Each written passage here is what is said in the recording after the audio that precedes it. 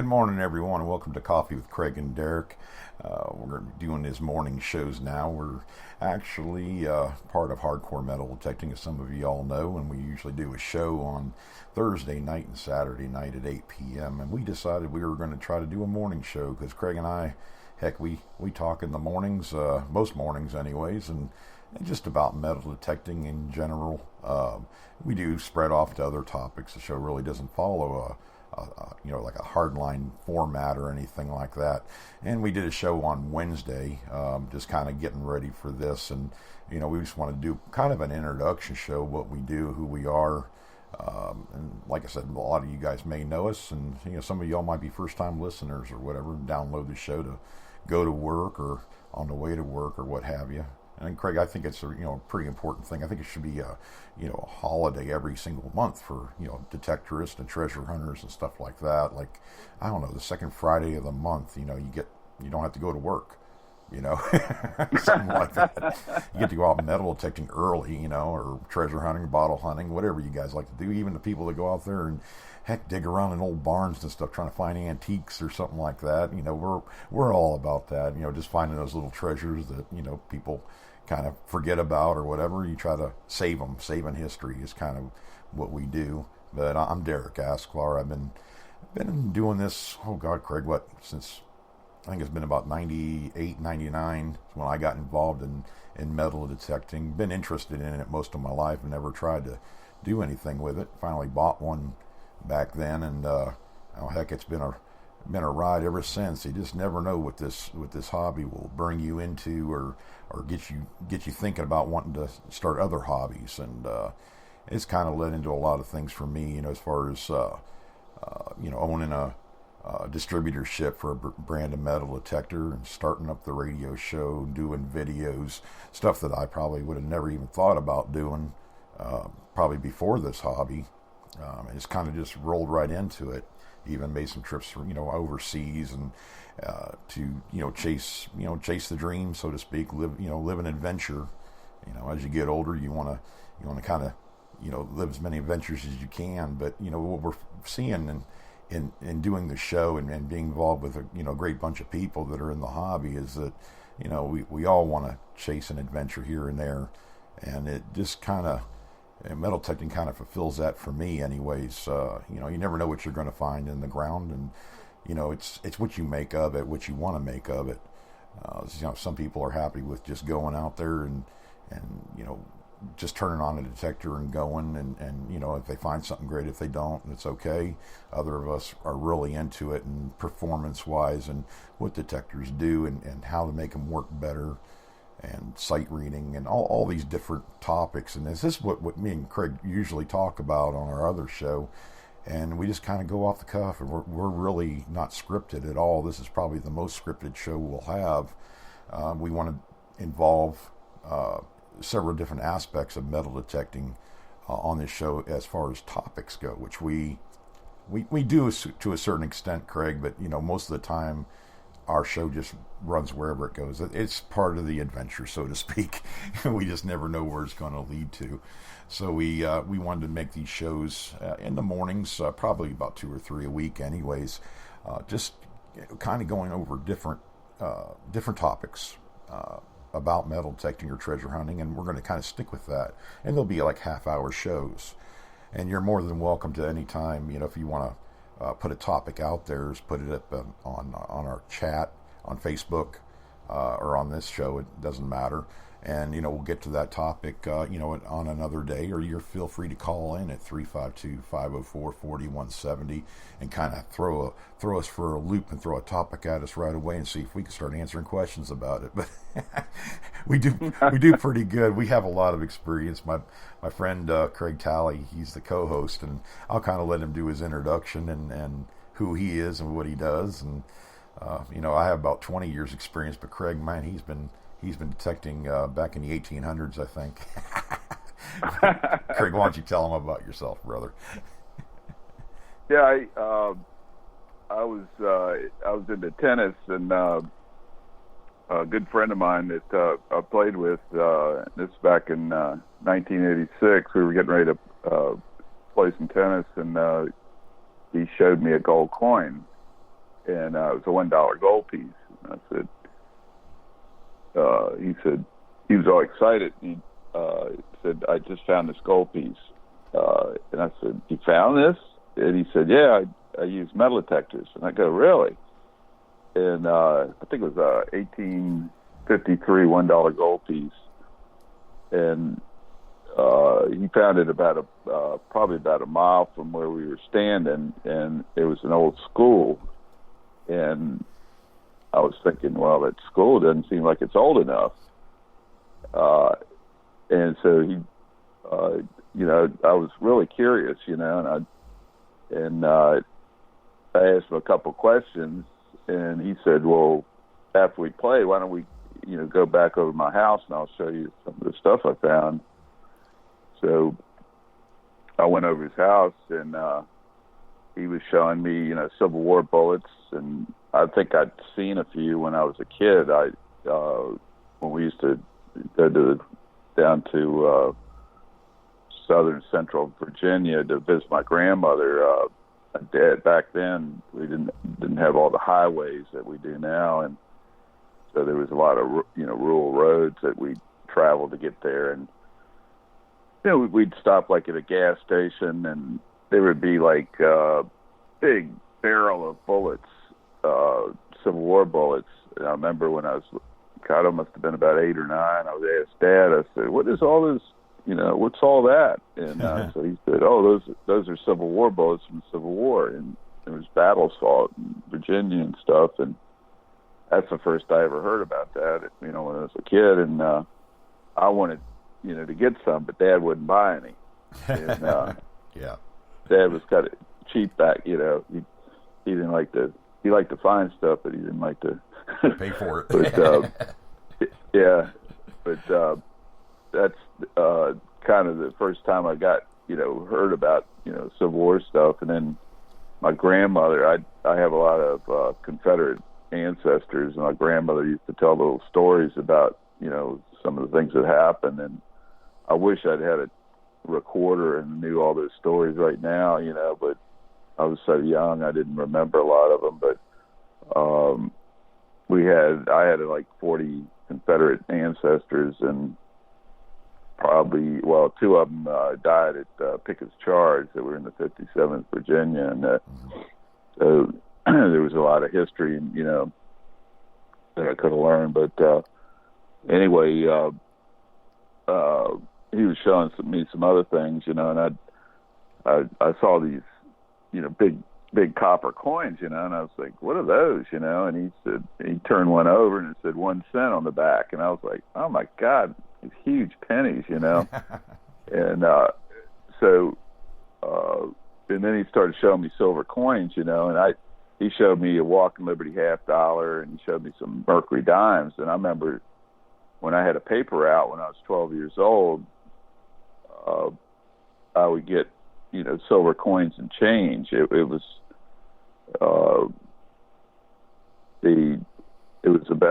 like in the late 60s when I had the paper out, I believe. I think it was around 1966 when I had the paper out, and I remember seeing Walking Liberty $50, and every once in a while Mercury dimes, but I remember the $50 more than anything else. Right. And but people used to pay in, you know, coins, even, because I think the Washington Post was like $3 and something back then for a month. Right. But I don't know what it is now, but I don't even know if they do regular home delivery anymore, the way the internet's kind of disrupted everything. But yeah, I was so intrigued. I told him, I said, man, you have any used metal detectors you might want to sell? And so he said, actually, I've been selling metal detectors for years on the side. And he said, I got a Tesoro I could sell you. And so I ended up buying it, and I took it out. And he told me about a place that was World War II housing project, and that was started in the early 40s, and a lot of the workers worked at the torpedo factory down in Alexandria. My grandfather had been a welder there during World War II, and so they built all this housing, and then it had gone into welfare project, and it was probably about 15 acres site with all these brick buildings on it, and pretty much it started being, people had started moving away, and there was a few families still left, and we started, hunting like the curb strips in the backyards, front yards, and stuff of these houses that were abandoned, and it was unbelievable how much silver was in the ground. It was just, I ended up in, I think I dug there for 2 years before they, flattened the whole area, and all luxury townhouses now there. But they put in all these $2 million homes. Right. Progress. But but it was also, when they bulldozed, there was a crossover of Civil War stuff there, and at the very top of the hill on the other side of the road was this Civil War fort, and it was actually Robert E. Lee's staff officer had lived in that house, and he had gone to the Confederacy, and when they took over the house, the Union built the fort right there and part of the bombette was the wine cellar of the house. And a friend of mine, Howard, got permission to hunt that place, and I was in the Sons of Confederate Veterans, and the commander at the time was an ancestor of the guy that had lived there, and he was quite a character. And he did a tour one time there, and we went through the house, and he was showing the original bombette, and where but it was a lot of history, and the whole hill. It was a big hill there, and if you kept on going up the hill, it ended up at Episcopal High School, which was there during the before the Civil War. And when the Civil War broke out, the high school kids, there's 300 of them, all joined the Confederacy, and the headmaster became Robert E. Lee's artillery chief. And I found one of the Episcopal High School buttons there. I think they went back to about, 1849, 1850, and it said EHS, Episcopal High School, at the top, and then it had a little wreath, and can't remember what else on it, but it was silver. They were silver plated, and they almost all of them were missing the eyelets on them. Right. It was poorly attached on it, but I got a really nice one, and that was. It was diagonally across the street from Episcopal High School, and we had permission at this little Presbyterian church, and it had been hunted for a long time, and my friend told me about it, and then I went up there and I talked to the pastor, and I actually, when he mentioned his last name, I said, "Do you have a son named so-and-so?" And he said, "Yeah, that's my son." I said, "Well, I went to high school with him." And so over the years, I think we hunted that place for a good 17 to 20 years off and on. Mm-hmm. And we call it the coin camp. It was a cavalry camp, but there were so many coins that were found. I think I got my first 2-cent piece there. Well, I think I've only found 2, but I got a 2-cent piece there. I got several... I got, I think, 3 seated Liberty dimes there. 2 of them were 1861. Looked like they'd just come out of the mint. And I think I got maybe 1 half dime. I dug a fair amount of fatty Indian heads. I think I got 2 3-cent pieces there, silver ones. A lot of bullets. Fair amount of buttons. We got staff officer buttons. There was some New Hampshire buttons and New York buttons found. There's a whole bunch of stuff. It sounds like, not to change your subject or nothing. It just seems like a lot of different coins, relics and stuff like that. It's kind of they were there early in the war, and the Union Army, when they got paid in silver and gold coins, right. Even it's pretty funny that they actually some of the people got they called them gold sparklers, the little $1 gold pieces, and I've seen some a couple $2.50 gold pieces. I've never dug one, but I've witnessed 4 gold coins over the years come out of the ground when I've been digging with other people, and it's an amazing sight. I hope to experience that someday, but they don't tarnish it like that. Just shiny, shiny gold. Right? No, oh man, you can see why there's gold fever. It's just the color's beautiful. It just, you see it in the sun. It just, it's got these little highlights of light gleaming off of it. It's just,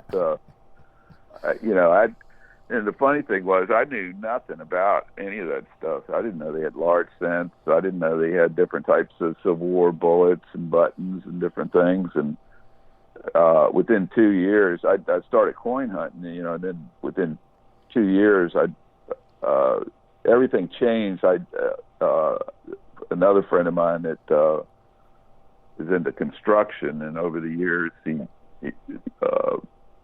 we were friends in high school, and he actually, I leased my tennis shop from him. He had a business at the shopping center, and he kind of got a little bit interested in it. He took me to a spot about a mile from George Washington's home in Mount Vernon, and it was right across the river from Fort Washington, which is, if you see Fort Washington, it's a spectacular fort right on the Potomac. It dates back to about 1825, I think. And but we got permission to hunt this 1850 brick house right on the river, and then there was a mansion up the hill that was part of the property. And I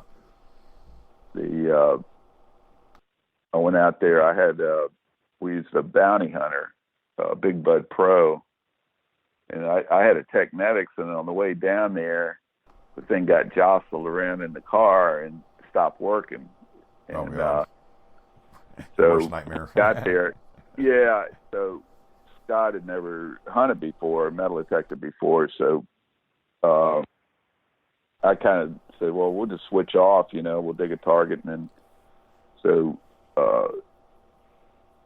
anyway, I was, we dug, I think, a wheat penny and a piece of lead or something, and there just wasn't many targets, and so I started sweeping out in the middle of the lawn there, and I got a signal, and it read like a bottle cap, and I said, well, I hear these Indian head pennies and stuff, sometimes read like bottle caps, why don't we just go ahead and dig this one, and right. So he was digging the signal. I showed him where to dig, and he started digging, and all of a sudden we see a silver coin. And I go, oh, my God, it looks like a silver coin. And so I'm looking at it, and I go, man, I don't know what the heck this is. And it's got some, somebody sitting on a chair. And so I turn it over, and it says 1 dime on the back. And then I looked for the date, and it was 1854, and it had an O mint mark on the back. And oh man, we just jumped up, and we were like screaming and giving each other high fives. We were like, oh my God, look at this coin, And I dug Mercury dimes.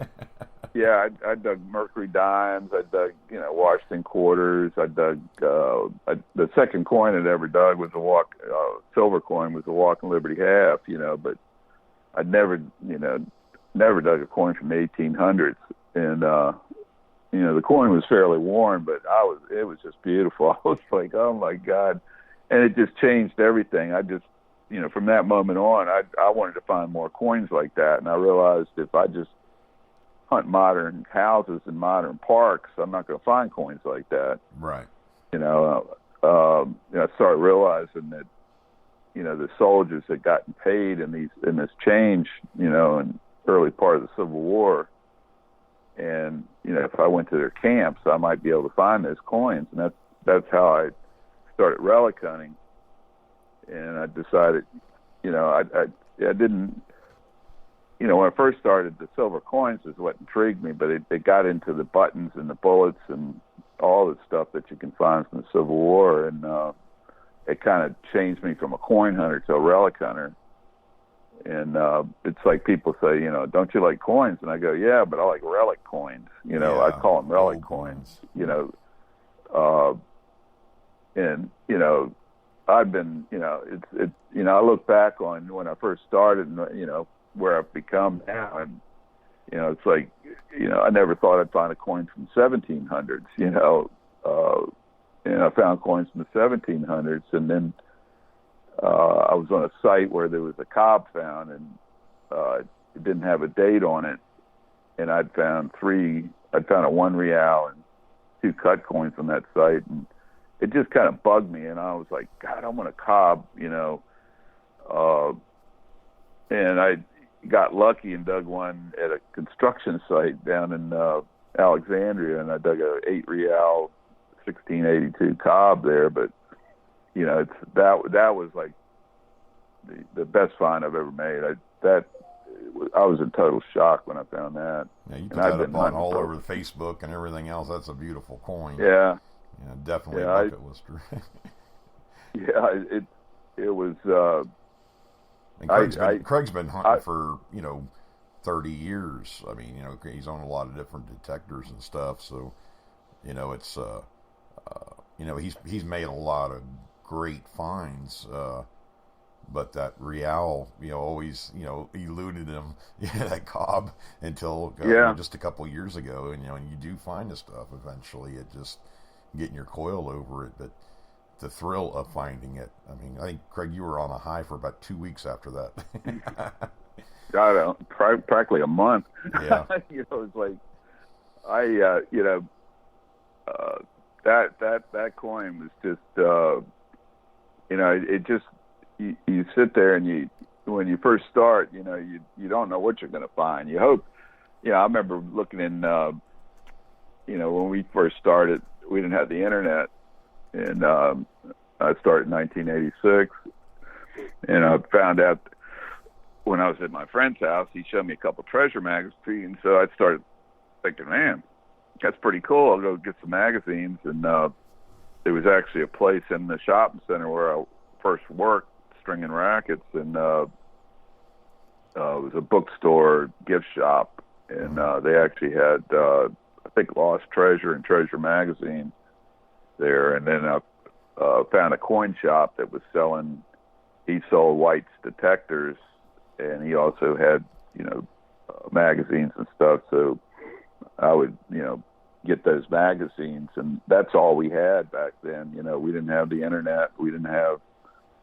all these resources we got now, Facebook and YouTube, and no YouTube back then. Nobody was really doing videos. I kicked myself because I wish I'd had video cut capability back then to do videos back then, because in the 1990s it was like the heyday, and up through early 2000s was when I found that I had some unbelievable spots where I found stuff that I can't believe I found. It's just stuff that people most people don't ever find, and that's kind of what better in some ways. I've always, yeah, but I've always tried to find stuff that other people, don't really find very often, like, Spanish coins, any coins from the 1700s. Right. I like buttons a lot too, and yeah, me too. It's especially like Confederate buttons, and I've been lucky enough to get 2 USA Entwined Revolutionary War buttons that are made out of pewter, and they're very rare. I was lucky to find the first one, and then I hunted that same spot for about a year, thinking there might be another one there, and then I finally found another one. But that site was probably the best site I ever hunted. As far as, you know, I found a lot of reals, and over 600, colonial buttons there. You know, Craig, you find those. I was going to say, you find those sites, and you know, as a hunter or whatever, and I've learned over the years too that, you know, you have these certain spots that are just the glory, you know, the glory of detecting. You're finding all kinds of stuff and coins and relics, and, you know, enjoy those guys, because, you know, it's almost like a loss, like a heartbreak when, you know, you find the last relic, or they build over top of the site that you hunted on. You know, relish in those great sites and remember them, because, well, once they build on them, they're gone. And you know, Craig's watched that happen. I've watched it happen to my sites, that places where we found thousands of, you know, coins and relics and just items of the past, tools, whatever, it doesn't matter. But when, you know, I was lucky on that site. You know, I found the site, and it was a huge area, and it was a 4th Texas camp is what I was looking for, and I found it. And it had been metal detected for about 35 years, but on another ridge, just before you got to it, there was, you know, a house site up there. And I remember, you know, when I first went up, the first day I went up there, I went with a guy that was a rookie, had never hunted before. And I didn't know exactly where to go, but I, you know, had done research on, I knew the area where the 4th Texas camp was. And so I decided, my research told me that it was, that this power line had cut the camp in half. And there was also, I knew where this Georgia camp was, and it was about in line with that camp on the map. But it was, you know, through this huge set of woods. And so I came at an angle and went up the power lines. And then I told the guy, I said, we'll just check each ridge until we hear some activity. And I had a Nautilus, which it had discrimination in your left ear and all metal in your right ear. And it was kind of weird, but you could tell when you were on a, you know, house site or something, because you could start hearing that grumbling sound in your right ear. Yeah, and it was the iron. And so the first 2 ridges I went, you know, I just kind of ran down the ridge, you know, swinging real hard, and I just didn't have, you know, there was no iron in the ground. And I, you know, the guy said something, and I said, let's go to the next ridge. And same thing, nothing.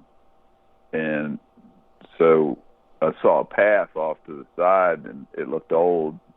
And I thought, let's hike down that path. And we went down, and all of a sudden I see hut sites and a house site, and I see evidence of people digging. And I looked up on a ridge to the right, and I saw a whole set of cedar woods. It was just trees, and they were all packed together. And so I told the guy, I said, there's a house site up on top of that hill. And he goes, I don't see anything. And I said, I see the cedar trees, and those are the kind of trees you see around these colonial house sites. That people used to, you know, they used to grow trees all around. The wood was super valuable back then. Yeah. And, you know, they would, you know, a lot of these big tracts would have huge sets of woods where they would, you know, grow all these trees. And a lot of these sites that we hunted that where the Union Army camped, they cut down the woods for miles and miles for, you know, firewood when they were in these winter camps. But some of these sites we went to, the old trees were still there, you know, huge trees. Two people couldn't put their arms around it. Jeez. You know, they were just, and you see weird trees, like you see fruit trees in the middle of the woods, and that's not natural. That means there was a house site somewhere nearby. Certain types of trees just aren't natural, and, you know, in the middle of these old woods. That'd be a good show And to do too, Craig. You know, we're mentioning a lot of different things. Oh, well, you're mentioning a lot of different things, and would make a good show topic actually. And because a lot of a lot of people are experienced hunters, but we have our fair share of newcomers to the hobby every day. I mean, I see them, they're following the show and stuff like that, and from around the world, really, because we're running kind of short on time here.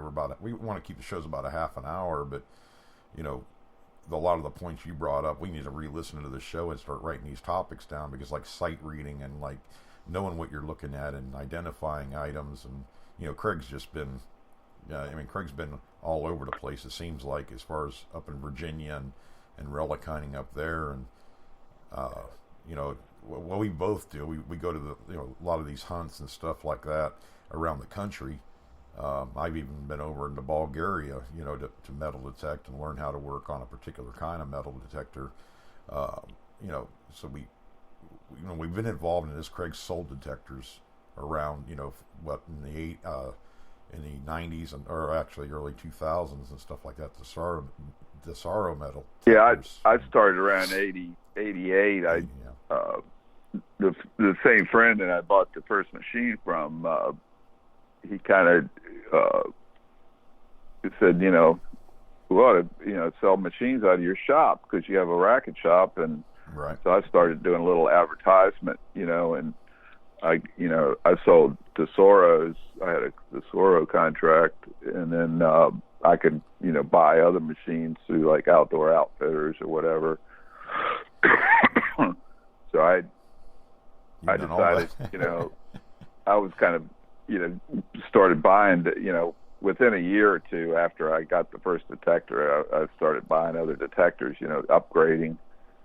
And I got pretty obsessed, over the years. Well, this hobby, man, it's like, we always talk about how it, you buy, one detector, and if you're lucky enough or can afford it, you buy a different one, and just adding to the arsenal. But there's so many different kinds of detectors, brands of detectors, what they do, what they can do, what they can't do, that kind of thing. And that's kind of, involved in our show quite a bit, because we try to give the best information we can, but, we have fun with it too. But Craig, we are running low on time and everything, so I guess we can pick this up again. I'd like to do these like Monday mornings sometime, Wednesday, Friday. I don't know. Does that sound good to you? I think it. Yeah, I think it'd be pretty good. And we're not going to have a set time for them, guys. Sometimes if me and Craig might be on at 5 o'clock in the morning, and other times we might be on at 9 o'clock in the morning. But you can always download the show, at least on your morning drive. Have something fun to listen to, and get ready for the next weekend's hunt or whatever you might be doing. If you're new to the hobby, it's we try to keep it so it's not so technical.